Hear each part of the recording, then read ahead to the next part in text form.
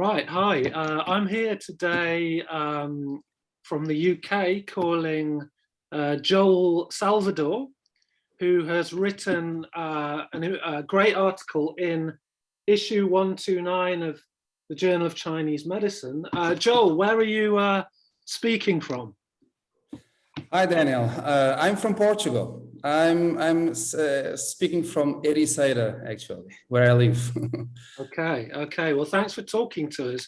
And first off, can you just tell us a little bit about yourself, about your background, and how you came to write the article?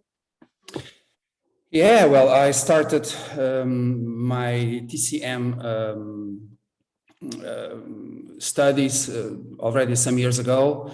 And I started here in Portugal, then I went to China, and I was somehow linked with several Chinese universities, such as the Chengdu University and Nanjing University, Guangzhou University. So I made several internships there and several courses. And finally, I was invited to make a master there in the Nanjing University of Chinese Medicine, and that's what I did. And this article came exactly because of that master that I was doing in China. Okay. So you kind of went especially into the area of musculoskeletal pain, B syndrome, this kind of thing? Well, not actually. This was, as you know, in Chinese medicine, we almost cannot say that we do have a specialty, because I receive all kinds of patients, and I think that my colleagues would also probably doing the same. This was quite an interesting story. I could share a little bit. When I was making the master back there some years ago in Nanjing University, this was the topic of one essay that I needed to do. And as far as I started to research about this topic, I realized why did the doctors there, the teachers ask this. It's because it was a very rare topic, very difficult to find information about this in classical books, as well as in published articles, especially in English language. So it's very difficult, but I needed to do it anyway. So it was quite a challenge for me to write about it, because I needed to add several new information that was not written before. But I needed to be very careful, of course, with all the references. It cannot be only an opinion. It needs to be, I need to defend myself if I write something new. And more than 50 or 60% of the essay was exactly bringing new stuff to Chinese medicine. And because I did that work, some years later, I realized that would be interesting to share that work that I did, adding and developing some new conceptions, of course, all rooted in Chinese medicine philosophy, exactly because of the lack of information in this meaning. And Tendon Bi is always connected or linked with other B syndromes. So to try to find some specific information about Tendon Bi, it's very rare. And Tendon Bi involves a huge range of medical conditions that we all receive at the clinic every day. So several kinds of tendinitis and tenosynovitis, such as the Carvane's tenosynovite or the carpal tunnel syndrome or frozen shoulder, among others. So this is quite a common medical condition that it would be important to understand how can Chinese medicine understand these pathologies.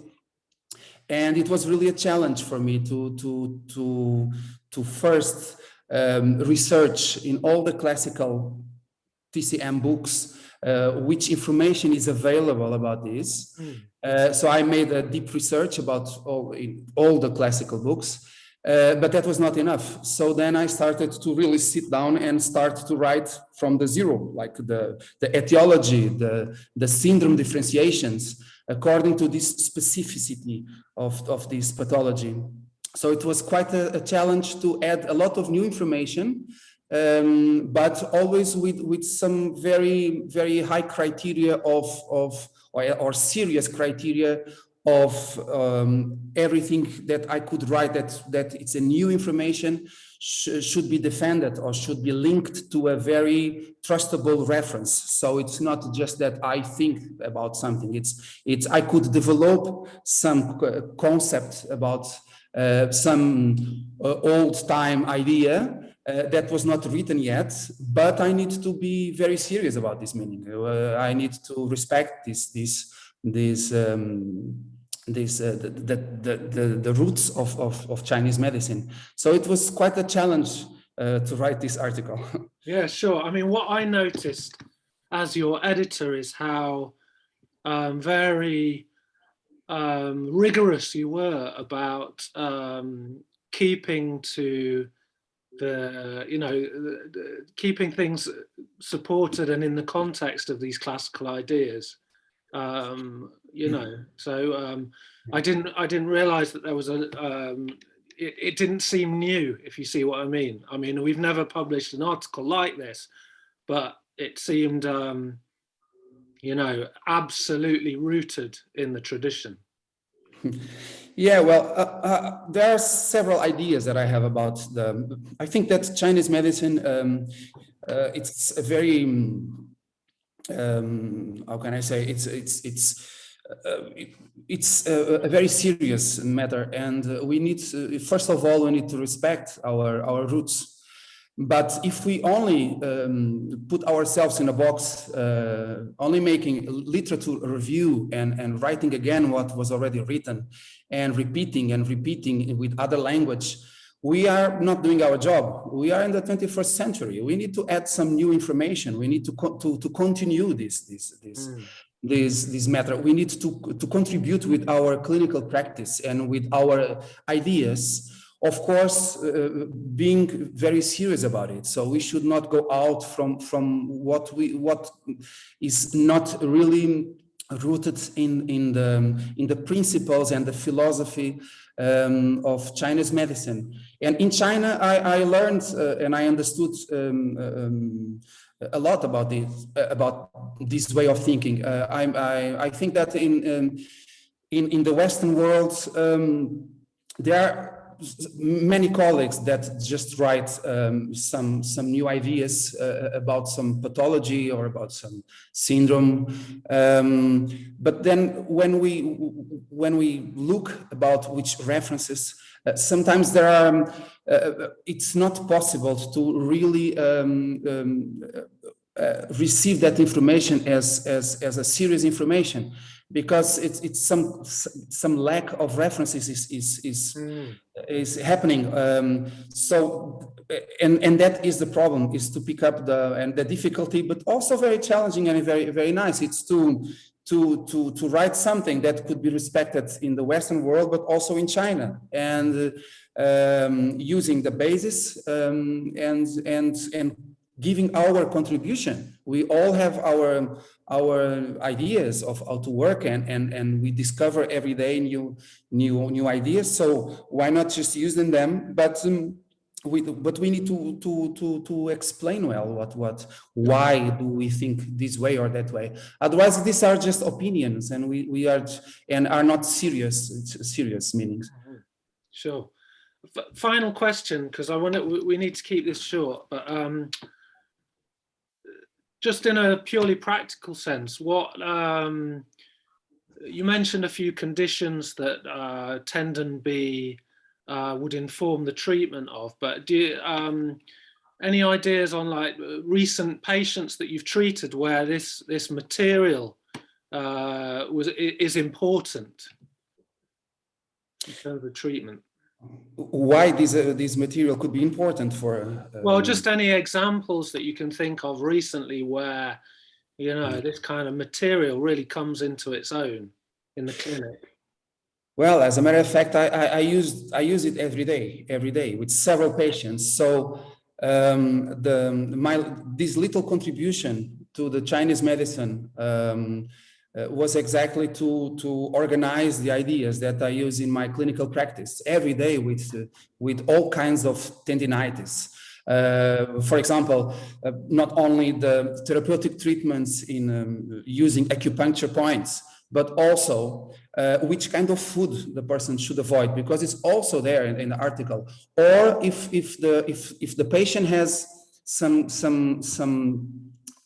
kind of chronic possibilities to develop chronic tendinitis, what is he or she doing wrong, or how can the person avoid, which kind of exercises, tai chi or qigong, or which kind of diet could the patient avoid? Because if it's very logical to understand that if we have some kind of cold syndrome that develops a tendon B, it's somehow logical and very easy to understand that the patient should avoid cold food. But it's not so easy to know if instead of cold syndrome, if it's a blood stasis syndrome. So which kind of food should a patient with a tendinitis, with a goose foot tendinitis, for example, should not take if it's suffering from blood stasis, and which kind of emotion is involved on that. So that's why this article was very detailed, since starting from the literature review to the all kinds of syndromes that could be involved, acupuncture treatment, how can the patient avoid and to get new syndromes and to stop these chronic syndromes. So I think it could be used and also because this includes several kinds of tendinitis, tenosynovitis. So the tendon B, it's a very high range of syndromes.